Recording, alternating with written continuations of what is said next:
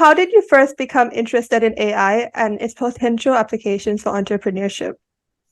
Yeah, so to make a long story short, I was born into a family of entrepreneurs, which I think was very lucky for me because I think in another life I would have been maybe a game developer or a writer or something else. My nervous system, I don't think is a typical what you expect for like a self-starter entrepreneur. But growing up just was really always assumed, of course I'm going to be an entrepreneur. Of course I'm going to be going into marketing.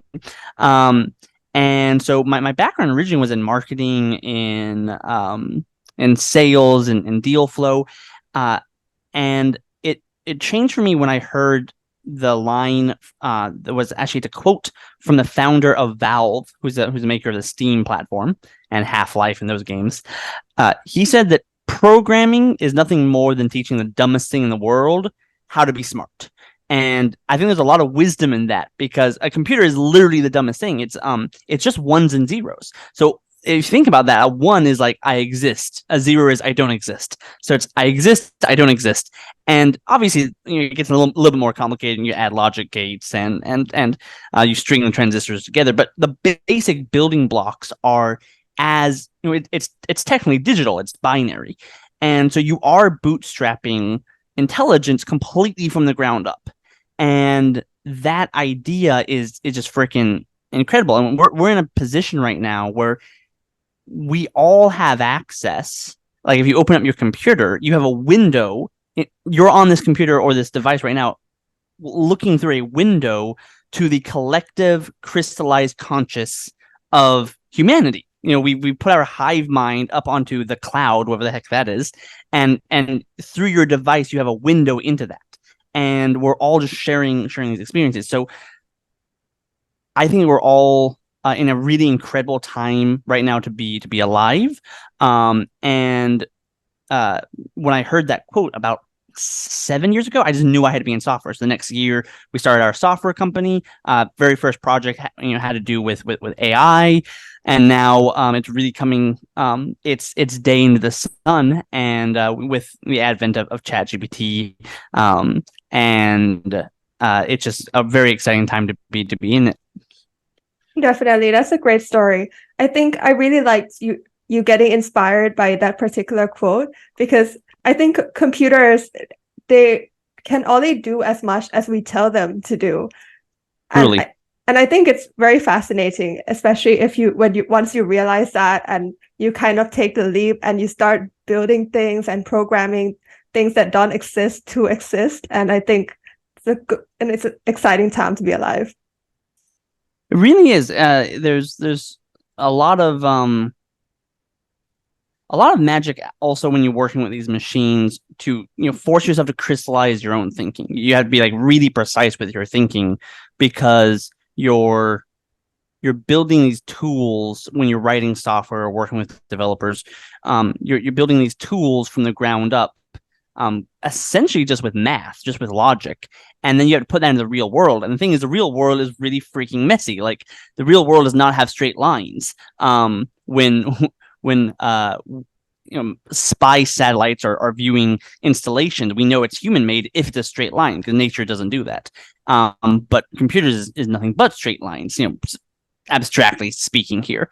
And so we're building these abstract machines and then sending them out in the real world, and they break or they don't. And AI, I think, is kind of sidestepping that direction that the software has been going because it's a lot more bottom up. It's much more organic, but nonetheless, forcing yourself to think through these principles in an abstract way, it really sharpens your thinking. So I think I encourage people, if they are thinking about teaching themselves to code, just do it. Just give yourself that treat.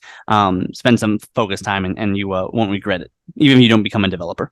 Definitely, I think it really teaches you problem solving and enables you to see the world in a completely different way. Because even though we have ChatGPT and they can generate code, but the fact that if you can think through these programming languages, it helps you to work better on ChatGPT even. Yeah. The garbage in equals garbage out. The clearer your thinking will be, the better the responses you're going to be getting from these tools for sure. Definitely. So as an AI futurist, what do you see AI shaping the future of businesses, especially for non-technical founders? Something that AI is doing is is cheapening the price of thought. So there are clear inputs when you prompt it, and then you get the output. And making sure you give the right context when giving the prompt is a art into of itself. That's why prompt engineering is now becoming a professional job, because you need to be feeding the right question and be getting the right answer. But with that simple input output constraint around it, the inside is just a black box of intelligence. Not entirely black box. We can kind of unpack what it does, but essentially it is putting a price tag of the electricity and GPU cost to intelligence with these inputs and outputs. And so I think the only thing we can really compare this to is the advent and proliferation of electricity at the turn of the 1900s, when we were essentially allowing the masses to have access to power, to electricity, which is a way of converting it's a way of doing quote unquote work, right? To move mass. And so electricity started going everywhere. A hammer became a jackhammer. A saw became a power saw. And so you could add electricity to just about any tool. And now we are being able to add intelligence to really just about any tool. And so I think that creates a very, well, at the risk of repeating ourselves, just a very, very exciting time. Definitely. Especially like your comparison to electricity, because I think right now, whatever business you're doing, you have to add AI to it. Otherwise, you're kind of going to lag behind with the task, because your competitors are very likely already doing that. Yeah, there's a lot of wisdom in the idea that you're not going to be replaced by AI. But you might be replaced by someone else who's doing 10 times more work with AI. And I think that it's good to be motivated to kind of get off your butt and learn these tools and see how you can implement them in your business. But along with that, he who has a hammer sees the whole world as his nail. These tools are very good in those situations where the input and the output is clear, and where preferably if you use large language models where it can be text based, or if you're using image tools, it's image based and there's clear inputs and outputs.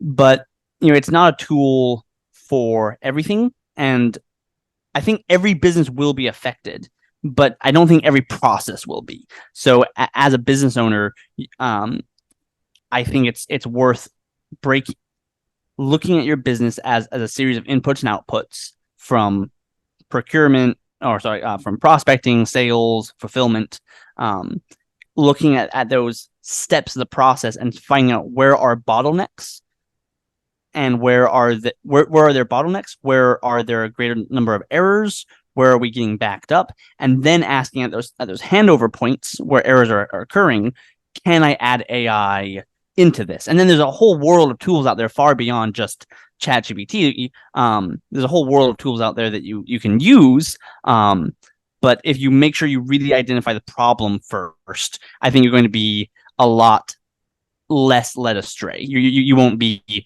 chasing fireflies.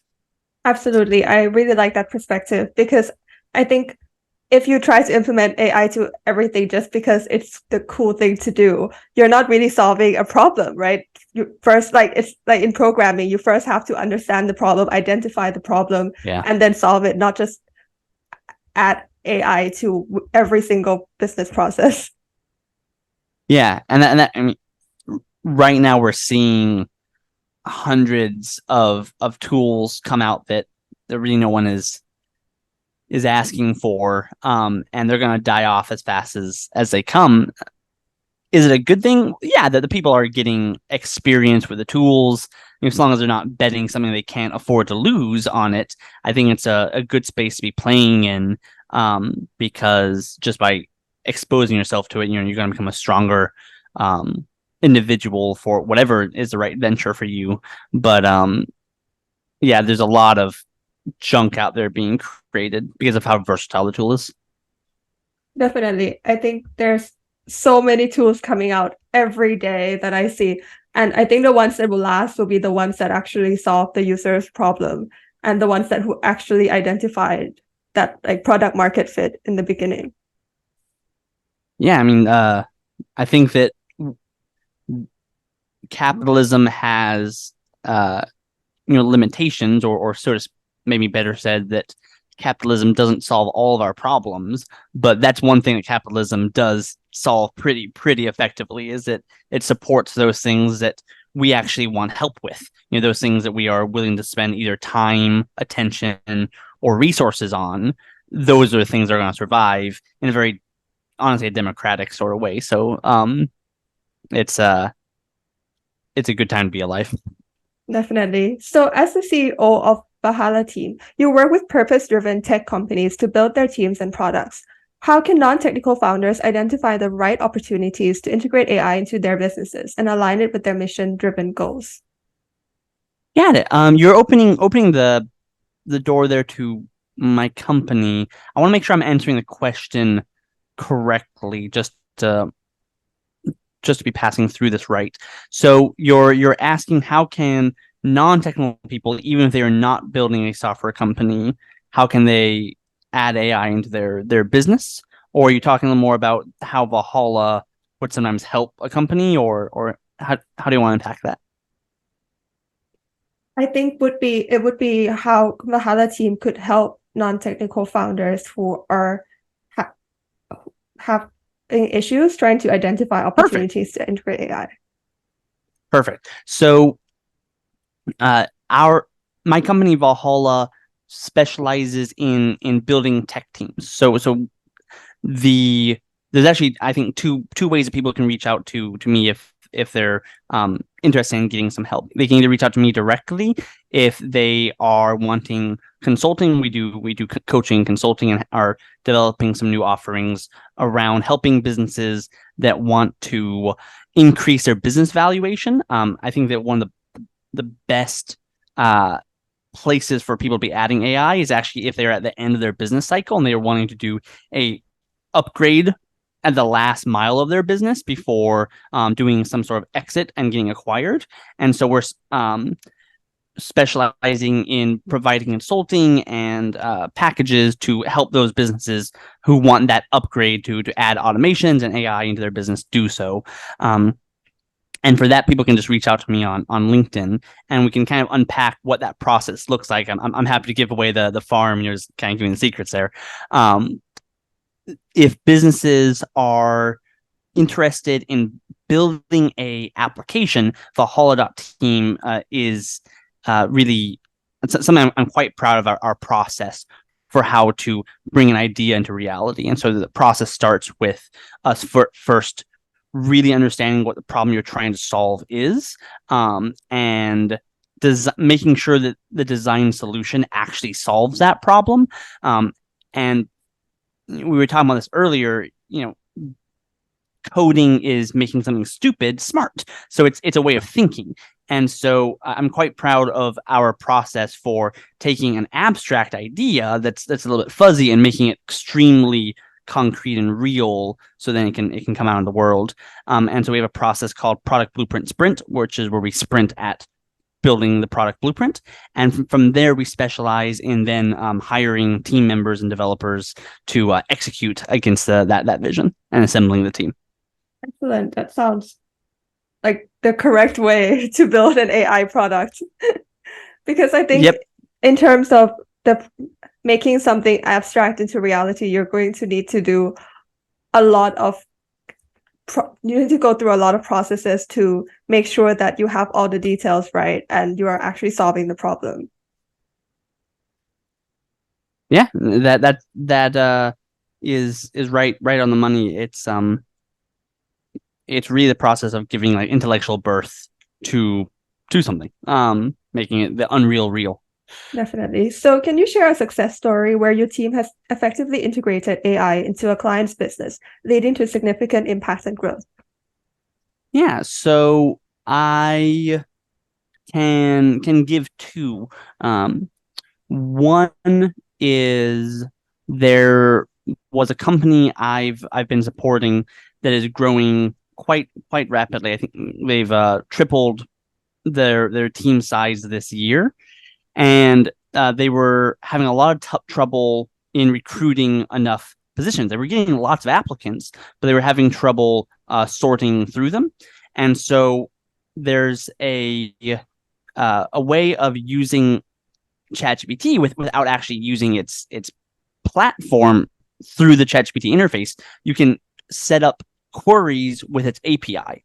And so what we did is we started to implement certain tools that would take in emails of applicants that were applying, and then send them responses that had that were customized depending on their email and depending on what they were looking for, and then making sure they were taking the next steps in the process. Right now, the next thing I want to be building with them is a AI that will take the test results of applicants and also run that through an AI, since there's a lot of it's not multiple choice. It's writing essays about different things. So things that would assess their analytical skills and their breakdowns, and essentially grade them. And so you can build tools like that just without even writing any code, just by working with a tool like Zapier, a little bit of spreadsheets, and using the OpenAI Open API. You can build that without writing like a single line of code. And so that business impact was able to go from a average time of filling a role from about 2 months to about 2 weeks after all the processes were implemented.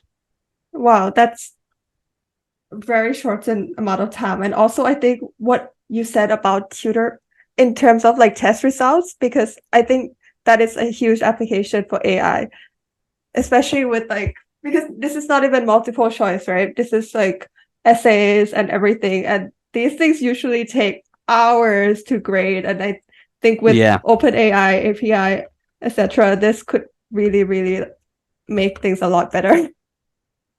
Yeah, it's kind of a funny time to be alive where these tools are making so many things easier. They really call into question a lot of stuff we're doing. If teachers assign a piece of homework, write a 5-page essay, and then a student writes a 5-page essay using ChatGPT, and the teacher then uses ChatGPT to grade that 5-page essay, what are we working on? And hopefully we adapt the right way to making sure that we're grading the right skills in the new economy. I hope that we can, because we just shortly a while ago were really failing to adapt to the digital economy. So now going to the AI economy, it's asking a lot of the schools, asking a lot from the schools. But I don't know, there's people who rise, institutions and civilizations that rise only at the point of crisis. So I'm fairly optimistic for how it's shaking out. Yeah, I think education is really adapting to AI. I think in the beginning, people who were quite wary, but now it's more used as a tool rather than something that's going to replace people. Yeah, it's interesting because I think that we've always known that questions mattered more than the answers, or let me say that differently, that a lot of people in their journey of self-discovery and of mastery will bring that up at some point in their career, come across the idea like the answer is the easy part, the hard part's asking the right question. And I think that AI brings that really into effect, that thinking is just asking questions and answering them, and to become a clear thinker is to ask better questions. And so if AI can help us strengthen that muscle in isolation, it's probably a net positive. Definitely. I like what you said about asking better questions, because I actually had a conversation with like an older generation, and they told me that, okay, my grandma would say that, hey, if you're using computers, that means that you're not really learning things, right? So like, how are you going to get better at things? But then I was like, hey, you're going to get better at asking questions, because you have to learn how to talk to these computers in a way that it outputs what you want. So, and then, that person was like, oh, wow, that's true, because you are implementing a new skill, which people never really considered in the past would be valuable. Yeah, it's like people now don't try to do math in their head as much as they use a calculator. And I think there's pros and cons to that. Because there's strength in having your brain have the right muscles to perform basic operations, so you're not at loss. But then, is a calculator actually the better tool to be mastering in the new economy? We just gotta make sure we're not getting complacent, that people are continuing to take responsibility for their self growth, and so long as they're doing that, they're gonna be in an okay place. It's just, I think that it is scary sometimes how people are outsourcing their thinking. That is true. I think we have to be very conscious how we're using AI, because in a way it can allow us to do really cool things, like talk to dead people, like Shakespeare. You could be talking to Shakespeare. It's the coolest thing ever. Like, Shakespeare, give me writing advice. That could never happen. Truly. So you're really learning, but it just depends how you use the tool, right? Truly, yes. So what aspect of your expertise lies in the intersection of AI, IQ, and EQ? How can founders leverage emotional intelligence alongside AI to create more impactful ventures? So the way that I define EQ, and you've done your homework. Thank you for asking that. That's a great question. The way that I define EQ is it's accessing the wisdom and intelligence of your hindbrain, not just your neocortex. So it's your ability to listen to your nervous system, to your body, to hear your gut, and then to get insight. And ultimately, it is also our primary antenna for both giving and receiving signals for communicating with other humans. So if we want to be a great leader, there's that's going to require a level of empathy. It's going to require a level of resonance with the people that you're leading. And I think that bar none, humans are still that people are still the name of the game when it comes to entrepreneurship. Yes, these AI tools are really fancy and really cool, but the barrier to entry is very, very low, and competition is gonna eat your lunch. Your competitive advantage will still always be your people. What one person can do with their sack of brain meat will take an entire building of computers to accomplish the same result. Like, it's no competition for just how effective human brains are, and how we belong in these tribes, in these problem solving companies with other people. And so the place for me where EQ comes in the most is your ability to listen to your gut, and to make sure that your vision is resonant, and then to be able to communicate that vision effectively with other people to get them excited and on board with your vision. And so AI, IQ, EQ, it is using your IQ, using your rational brain to make sure you're on the right trajectory, your EQ to make sure you're on that trajectory for the right reasons, and to get everybody on your team on the same boat and excited for that same vision. And then AI is this new frontier that we're all on. It is the new blue ocean that we're sailing through, using the IQ, EQ that we have. So that's the vision I have for weaving it all together. Definitely. I think you definitely have to use 3, especially in this new economy, because if you're really just using AI and you're not trying to apply this to people and your team, and especially your users, and you're not trying to deeply understand their problems on an emotional level, and you're just letting AI do all that work, you're going to run into an issue, because EQ would really, really help you a lot more than AI, especially that problem. Yeah. So building and leading smart teams is crucial for any business success. How can AI be used in talent acquisition and team management to foster innovation and productivity? How can AI be used to foster productivity in a team environment?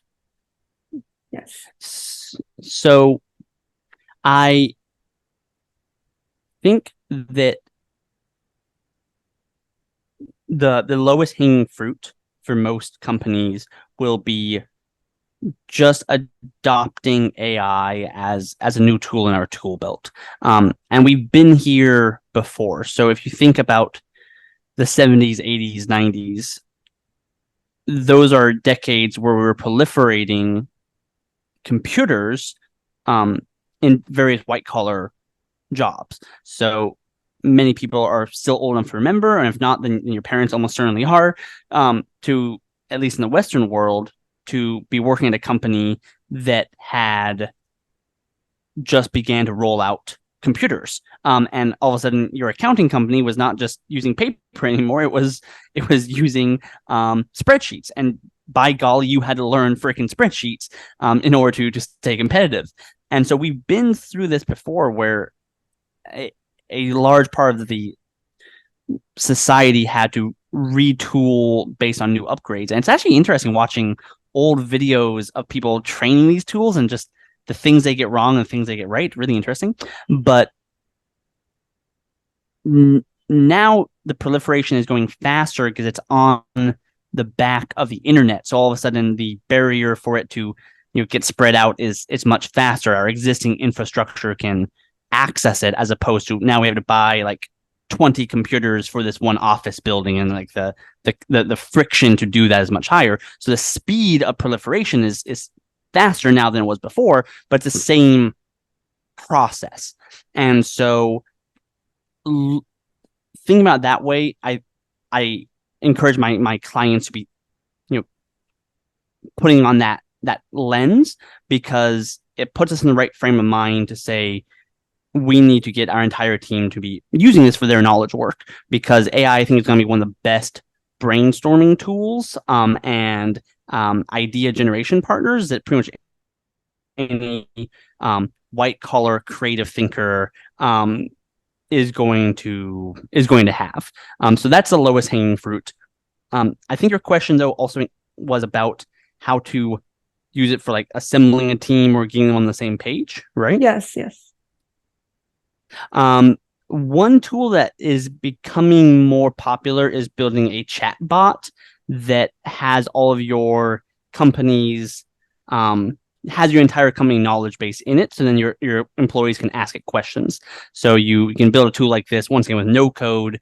Just takes a little bit of systems thinking, with a tool like BotPress, where you upload all your policies and all your information to one place, add it to your Discord server or your Slack channel or whatever, and then people can communicate with the spirit of your company as it's captured in your written documents, including your vision statement, mission statement, everything else. And so I think that's one thing that's going to become proliferated. How much that will add to our bottom line as companies, we've yet to see. I think it's just one idea amongst many, but I think that's one thing that companies can evaluate. As well. I think what you said with idea generation, I think it's going to be undeniable that everyone will have to be using this, especially in every single corporate environment. But especially what you said about chatbots and using all the company data, I can see this really helping, especially when employees quit and you have to kind of have that transition. It would be a lot smoother to get them on board. Yeah, it's got a lot of applications for keeping the company on the same points, and for them to also just be experimenting with AI in a way that feels, it's very easy to set up. Like, these tools are so easy to set up. That's why there's like 1,000 startups that are just throwing stuff against the wall and seeing what sticks. But they will make your company, I think, kind of excited. Like, oh, we got our own little AI tool where we get to try it out, and they'll start to adjust their thinking. If I could say the biggest benefit, that seems like it to me. The company's culture can get adapted based on that, potentially. Definitely. So, since we've already covered culture, I will move on to AI is often associated with data-driven decision making. How can founders effectively use AI insights to refine their business strategies and stay ahead of the competition? So how can you use AI in your decision making? Yeah, data-driven decision making.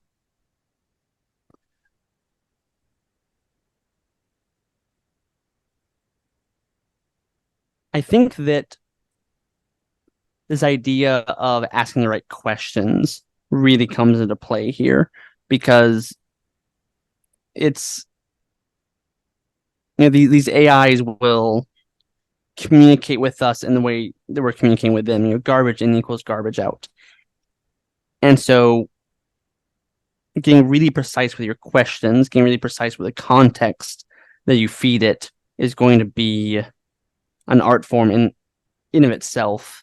I think that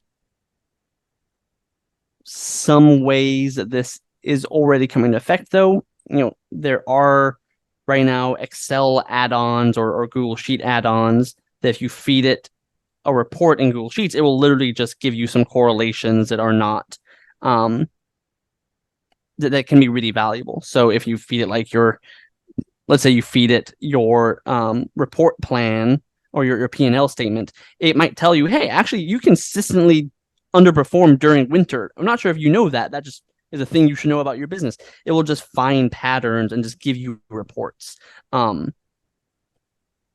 So there's really exciting tools like that are appearing. Personally, I don't think about it too abstractly because it's so case by case, business to business. But